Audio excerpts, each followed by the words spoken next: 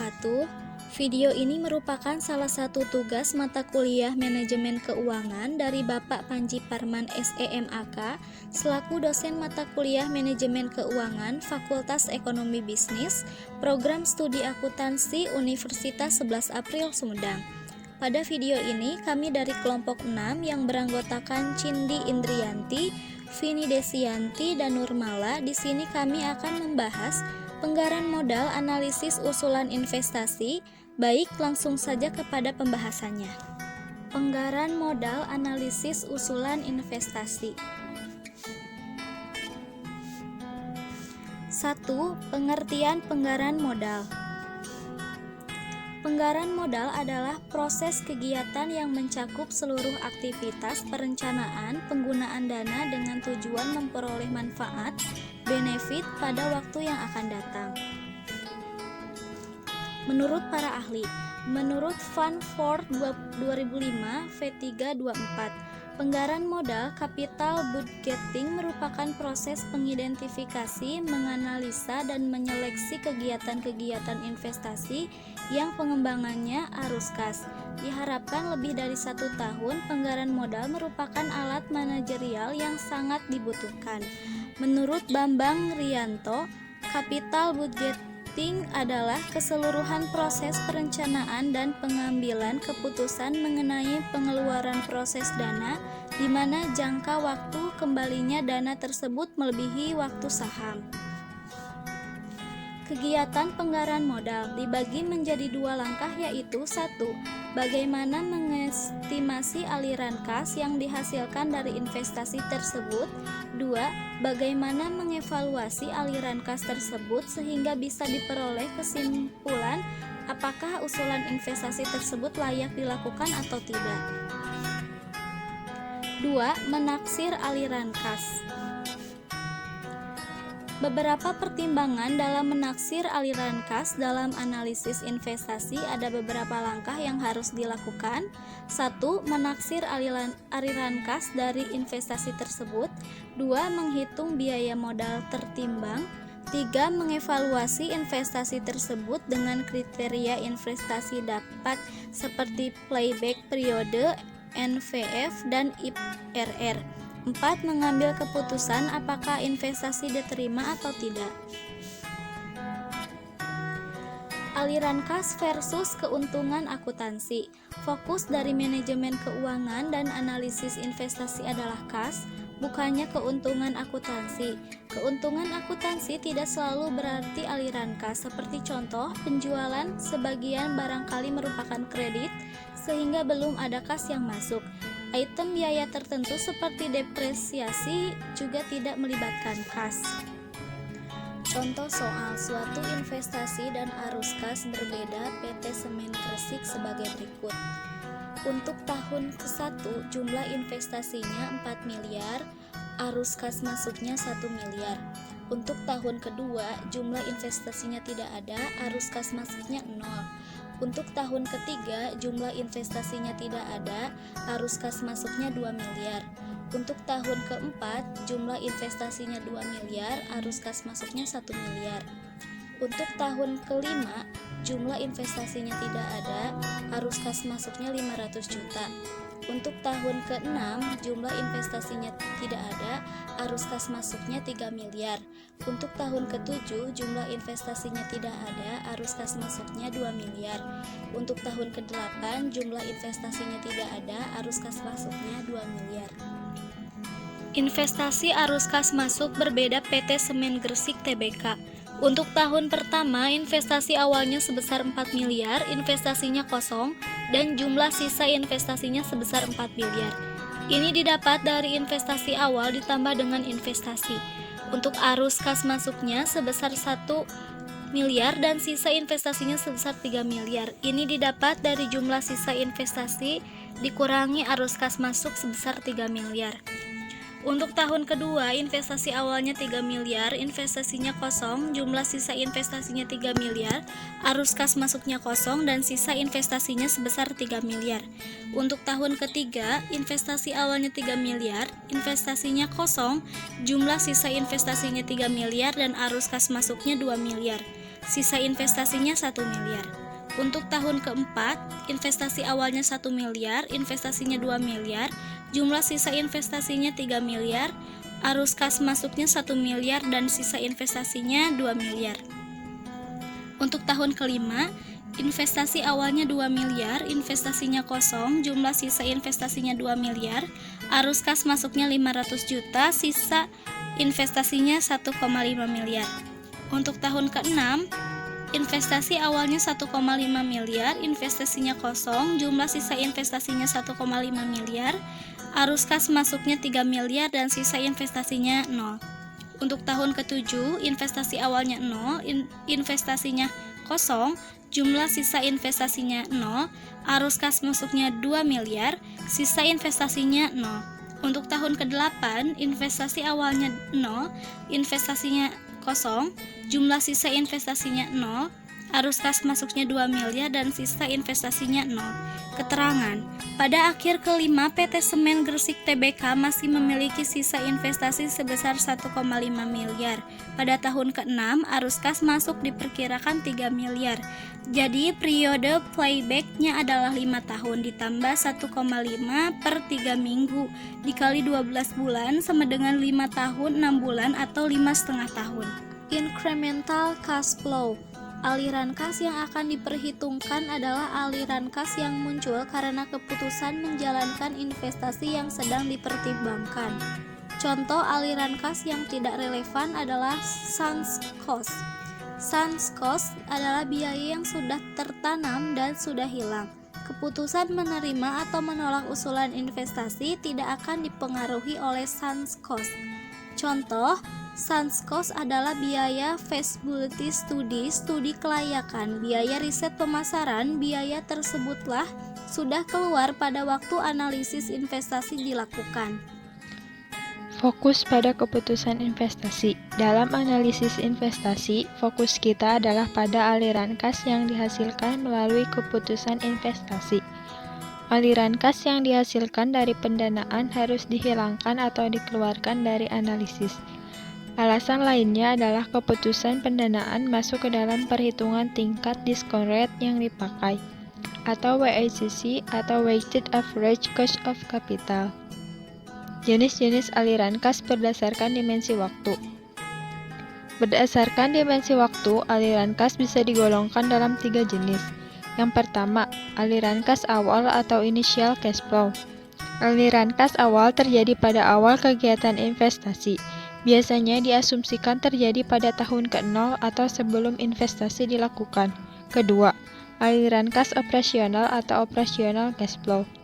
Aliran kas operasional biasanya merupakan aliran kas masuk yang diperoleh setelah perusahaan beroperasi. Biaya yang dikeluarkan misalnya biaya promosi dan biaya operasional lainnya. Jumlahnya lebih kecil dibanding dengan kas masuk. Ketiga, aliran kas terminal atau terminal cash flow. Aliran kas terminal biasanya terjadi pada akhir proyek investasi. Biasanya ada 2 item yang terjadi pada akhir proyek. Yang pertama, penjualan nilai residu aktiva DAB, kedua, modal kerja kembali. Ilustrasi perhitungan aliran kas suatu usulan investasi. Suatu produk akan diluncurkan dengan jangka waktu 5 tahun. Berikut ini informasi yang relevan. Biaya investasi sebesar 100.000. Depresiasi dilakukan dengan garis lurus selama 5 tahun. Per tahunnya adalah 16.000. Pada akhir proyek diperkirakan bisa dijual dengan harga 30.000. Jika dilaksanakan, proyek tersebut akan memakai fasilitas gudang yang sedianya bisa dijual dengan harga 150.000. Nilai buku saat 140.000. Akhir proyek gudang tersebut bisa dijual dengan harga 150.000. Nilai buku saat itu diperkirakan 130.000. Investasi untuk modal kerja adalah 10.000, 15.000, dan 15.000 per tahun ke-0, 1, dan 2. Sebelum proyek tersebut diluncurkan, perusahaan melakukan tes pasar dan menghabiskan biaya 20.000. Produk baru tersebut akan memakan pangsa pasar produk lama. Kerugian yang dialami karena kanibalisasi tersebut diperkirakan 5.000 per tahun selama 5 tahun. Penjualan diperkirakan 300.000 per tahun. Biaya operasional diperkirakan 50.000 per tahun. Penjualan dan biaya operasional diasumsikan berupa kas. Pajak adalah 40% untuk proyek tersebut. Perusahaan menjamin sebesar 50.000 dengan tingkat bunga 20% per tahun. Biaya modal rata-rata tertimbang atau discount rate adalah 20%. Kriteria penilaian investasi. Payback period. Payback period adalah periode yang diperlukan untuk dapat menutup kembali cash outflow dengan cash inflow. Payback period ini melihat seberapa lama investasi bisa kembali. Semakin pendek jangka waktu kembalinya investasi, semakin baik suatu investasi. Contoh soal, PT ABC akan melakukan investasi bernilai 5 miliar dengan cara memberi peralatan-peralatan pabrik. Umur ekonomis peralatan tersebut adalah 5 tahun, sedangkan nilai sisa adalah 500 juta. Laba bersih sebelum pajak dan bunga atau EBIT selama 5 tahun diasumsikan tetap, yaitu 1,5 miliar. Tingkat pajak 25%, bebanan kas atau NCOE 875 juta. CIE per tahun sama dengan 1,5 miliar dikali 1 kurang 25%, ditambah 875 juta sama dengan 2 miliar. Payback period sama dengan 5 miliar per 2 miliar sama dengan 2,5 tahun. Discounted payback period. Discounted payback period adalah salah satu rumus payback period yang berfungsi untuk memperhitungkan nilai waktu dari uang, atau bisa disebut dengan metode yang mempertimbangkan time value of money. Dari perhitungan discounted payback period didapatkan lama period yang tertera dalam tahun. Contoh soal, tahun ke-0 arus kas 1 juta, PV arus kas atau tingkat diskonto 10% 1 juta, arus kas kumulatif 1 juta. Tahun pertama arus kas 500.000, PV arus kas 454.545,45. Arus kas kumulatif 545.454,45. Tahun kedua arus kas 400.000, PV arus kas 330.578,51. Arus kas kumulatif 214.876,04. Tahun ketiga arus kas 300.000, PV arus kas 225.394,44. Arus kas kumulatif 10.518,4. Tahun keempat, arus kas 100.000, PV arus kas 68.301,35. Arus kas kumulatif 78.819,75. Discounted payback period sama dengan 2 tambah 214.876,04 per 225.394,44 sama dengan 2,95 tahun. Accounting Rate of Return atau ARR. Metode ARR menggunakan keuntungan sesudah pajak. Dibagi dengan rata-rata nilai buku investasi selama usia investasi, ARR mempunyai kelemahan yang mencolok, yang sama dengan payback period. Pertama, ARR menggunakan input yang salah, yaitu laba akuntansi, bukannya aliran kas. Input yang salah akan menghasilkan output yang salah juga atau garbage in, garbage out. Kedua, ARR tidak memperhitungkan nilai waktu, uang, kemudian besarnya cut-off rate juga tidak mempunyai justifikasi teoritis yang kuat. Net present value. Net present value adalah persen value aliran kas masuk dikurangi dengan persen value aliran kas keluar. Keputusan investasi adalah sebagai berikut. NPV lebih dari 0, usulan investasi diterima. NPV kurang dari 0, usulan investasi ditolak. Metode NPV mengakui konsep dari time value of money. Percent value CIF diperoleh dengan cara mendiskontokan CIF tersebut dengan cost of capitalnya. Rumus NPV. NPV sama dengan negatif C ditambah CIF 1 per dikali 1 tambah K pangkat 1 ditambah CIF 2 per dikali 1 tambah K pangkat 2 ditambah CIF 3 per dikali 1 tambah K pangkat 3 ditambah dan seterusnya ditambah CIF N per dikali 1 tambah K pangkat N ditambah Vn per dikali 1 tambah K pangkat N. Dengan keterangan C sama dengan cash outflow atau initial investment, CIF sama dengan cash inflow, K sama dengan tingkat suku bunga atau diskonto atau biaya modal, N sama dengan periode atau umur investasi, Vn sama dengan nilai residu pada akhir umur ekonomis. Contoh soal. Pada soal di atas, kita mencari NPV-nya dengan cost of capital atau COC sebesar 20% PA. NPV sama dengan negatif 5 miliar ditambah 2 miliar per dikali 1 ditambah 0,2 pangkat 1 ditambah 2 miliar per dikali 1 ditambah 0,2 pangkat 2 ditambah 2 miliar per dikali 1 ditambah 0,2 pangkat 3 ditambah 2 miliar per dikali 1 tambah 0,2 pangkat 4 ditambah 2 miliar per dikali 1 ditambah 0,2 pangkat 5 ditambah 500 juta per dikali 1 ditambah 0,2 pangkat 5 sama dengan negatif 5 miliar ditambah 5 miliar 981 juta 200 ribu ditambah 200 juta 938 ribu sama dengan 1 miliar 182 juta 138 ribu. Untuk materi selanjutnya yaitu internal rate of return atau IRR, yang dimana IRR adalah tingkat diskon atau discount rate yang menyamakan present flow aliran kas masuk dengan present flow aliran kas keluar. Keputusan investasi IRR diartikan juga sebagai tingkat keuntungan yang diperkirakan akan dihasilkan oleh proyek atau expected rate of return. Yang pertama yaitu IRR kurang dari tingkat keuntungan yang disyaratkan usulan investasi diterima. Yang kedua yaitu IRR lebih dari tingkat keuntungan yang disyaratkan usulan investasi ditolak.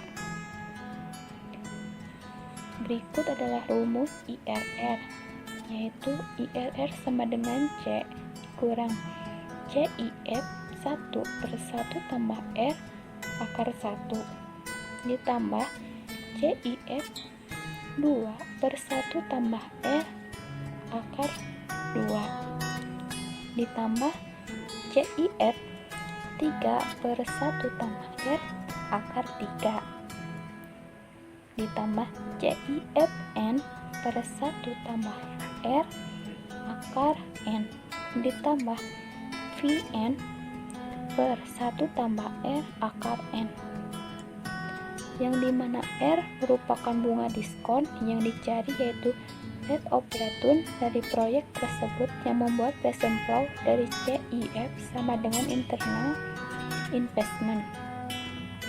Contoh soal, PT DEF sedang mempertimbangkan usulan investasi yaitu sebagai berikut. Initial investment yaitu berjumlah 12.950.000 dan umur ekonomisnya itu 10 tahun. Dan CIF tahunan yaitu 3 juta. Dan COC 12%. PPIFA yaitu R% 10 tahun sama dengan 12.950.000 dibagi 3 juta yaitu 4,317. Berikut adalah tabel yang jika dilihat dari indeks yang berada di antara 18% dan 20%, yang dimana 18% di PP-nya itu 4,494 dan di faktornya itu sama yaitu 4,494.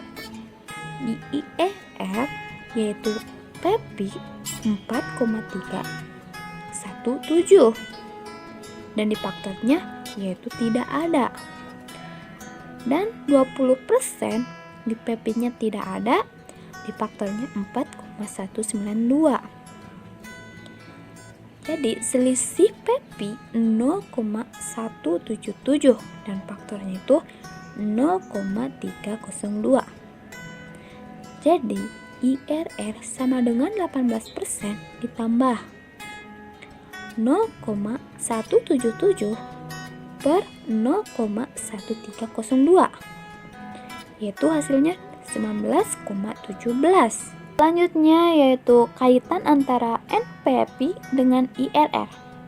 Hubungan antara NPV dan IRR terlihat dari faktor diskon atau discount rate yang digunakan untuk menghitung nilai sekarang atau present flow dari suatu investasi, yang dimana IRR adalah discount rate yang membuat NPV sama dengan 0. Kaitan antara kedua tersebut bisa kita lihat pada bagian yang sebelah kanan. Perhatikan bahwa kurva IRR adalah non-linear atau tidak bergaris lurus. Dan perhatikan juga bahwa IRR adalah discount rate yang membuat NPV sama dengan 0, atau PV aliran kas keluar sama dengan PV aliran kas masuk. Jika IRR di atas discount rate, maka NPV akan mempunyai angka positif. Dan sebaliknya, jika IRR lebih kecil dari discount rate, maka NPV akan bernilai negatif. Dengan demikian, secara umum, jika kita simpulkan dari NPV akan konsisten dengan kesimpulan dari IRR, bagian berikutnya akan membicarakan situasi yang dimana simpulan dari IRR tidak konsisten dengan kesimpulan dari NPV. Profitability Index atau PI, yang dimana yaitu present flow aliran kas masuk dibagi dengan present flow aliran kas keluar. Berikut adalah rumus dari aliran kas masuk dan aliran kas keluar, yaitu PI sama dengan sigma PVCIPFN per C. Jadi keputusan investasi yaitu sebagai berikut. Yang pertama yaitu PI kurang dari 1 usulan investasi diterima. Yang kedua, PI lebih dari 1 PI usulan investasi ditolak. Jadi, PI mempunyai manfaat lain, yaitu jika dalam situasi keterbatasan modal atau capital retaining, dalam situasi tersebut, PI digunakan untuk ranking usulan investasi. Contoh soal, kasus PT ABC, PI sama dengan 6.182.138.000 dibagi 5M. Sama dengan yaitu 1,24. Jadi dari keempat metode untuk kriteria penilaian investasi yang di atas, hanya metode NPV yang bekerja secara konsisten dengan tujuan untuk memaksimalkan kekayaan perusahaan. Oleh sebab itu, metode NPV dan IRR juga disebut sebagai discount cash flow method. Selanjutnya yaitu perbandingan metode antara NPV, IRR, dan PI. Dari kelima metode di atas, hanya metode NPV, IRR, dan PI yang mempunyai landasan teoritis yang paling kuat. Dari ketiganya yaitu memperhitungkan nilai waktu uang, memfokuskan pada aliran kas, dan memperhitungkan semua aliran kas yang relevan. Dalam situasi yang normal, ketiga metode tersebut menghasilkan kesimpulan yang sama. Tetapi pada situasi tertentu, jika ada kemungkinan munculnya konflik antara metode-metode tersebut, berikut ini kita akan membandingkan ketiga metode tersebut. Kita akan bandingkan NPV dengan IRR dan NPV dengan PI. NPV dipilih sebagai benchmark karena seperti akan terlihat NPV merupakan metode yang paling kuat secara teoritis. Yang pertama yaitu metode NPV dengan IRR. Untuk membandingkan keduanya, kita akan membedakan usulan investasi menjadi 2 jenis. Yang pertama yaitu mutually exclusive atau saling menghilangkan. Yang kedua, independent atau bebas. Untuk jenis yang pertama, kita hanya bisa memilih satu dari beberapa usulan. atau menolak semuanya. Kita bisa memilih semuanya. Untuk jenis yang kedua, keputusan memilih atau menolak satu proyek tidak akan mempengaruhi keputusan pemilih atau penolakan proyek lainnya.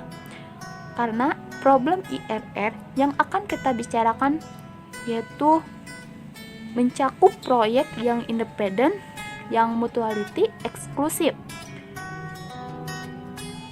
Lalu metode yang kedua yaitu metode NPP dengan PI. Jika proyek yang kita analisis bersifat independen, maka keputusan NPP dengan PI akan konsisten satu sama lain. Yang di dalamnya proyek dengan NPP yang positif juga mempunyai PI yang lebih dari satu. Masalah yang timbul untuk PI adalah untuk usulan investasi yang mutually eksklusif. Rekonsiliasi antara PI dengan NPP bisa dilihat dengan melihat NPP dan PI untuk aliran kas tambahan atau increment cash flow.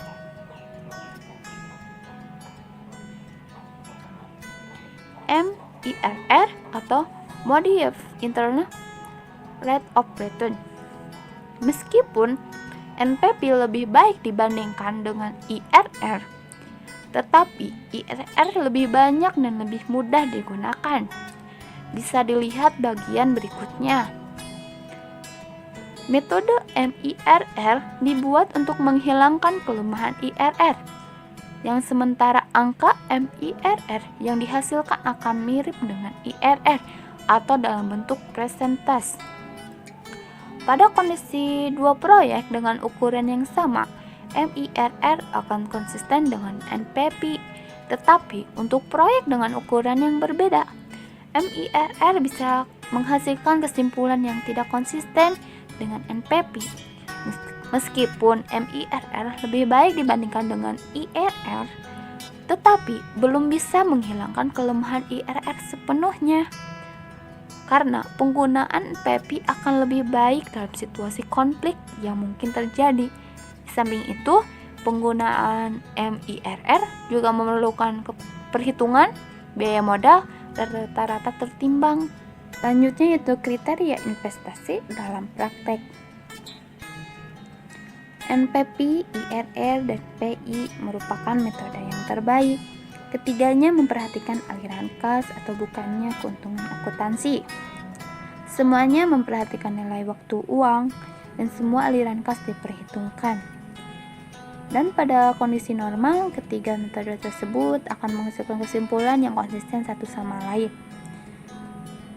Dalam beberapa situasi, bisa terjadi konflik atau ketidakkonsistenan antara ketiga metode tersebut. Dan jika terjadi konflik, NPP yang seharusnya dipakai sebagai kriteria investasi, alternatif lain dengan menggunakan IRR atau PI untuk aliran kas tambahan, atau incremental cash flow atau MIRR atau Modified Internal Rate of Return. Jika kita ingin memakai IRR, alternatif kriteria investasi tersebut menghasilkan kesimpulan yang sama dengan kesimpulan dari NPP. Berikut adalah perbandingan kriteria investasi berdasarkan survei pada tahun 1984, yang dimana di situ ada metode, teknik utama, dan teknik yang kedua. Di metode pertama yaitu ada Average Accounting Return atau AAR. Di teknik utama yaitu 10,7% dan di teknik kedua yaitu 14,6%. Metode yang kedua yaitu Payback Period, yaitu teknik utamanya itu 5,0 dan teknik keduanya itu 37,6. Metode yang ketiga yaitu Internal Rate of Return. Di teknik utamanya yaitu 65,3, di teknik kedua yaitu 14,6%. Teknik yang keempat yaitu Net Present Flow. Teknik utama yaitu menghasilkan 16,5% dan teknik yang kedua yaitu 30,0%. Dan metode lainnya yaitu 2,5 dan teknik yang keduanya itu 3,2. Jadi, bisa kita simpulkan dari tabel tersebut menunjukkan sebagian perusahaan masih menggunakan kriteria berdasarkan akuntansi atau AAR. Payback periode sebagai teknik utama digunakan paling sedikit dan internal rate of return digunakan lebih banyak dibandingkan dengan NPV. Lalu perbandingan kriteria investasi berdasarkan survei pada tahun 2000, yaitu metode 1 internal rate of return menghasilkan di tahun 2000 yaitu 75,6%. Dan metode yang kedua yaitu net present flow menghasilkan 74,9%. Metode yang ketiga yaitu payback periode menghasilkan 56,7%. Metode yang keempat yaitu discount payback periode yaitu menghasilkan 29,5%. Metode yang kelima yaitu accounting rate of return menghasilkan 30,3%. Yang terakhir yaitu probability index menghasilkan 11,9%. Mungkin sekian presentasi dari kelompok kami. Mohon maaf bila ada tutur kata yang salah atau kurang berkenan, dan kami berharap mudah-mudahan apa yang kami paparkan bisa bermanfaat untuk kita semua. Terima kasih. Wassalamualaikum warahmatullahi wabarakatuh.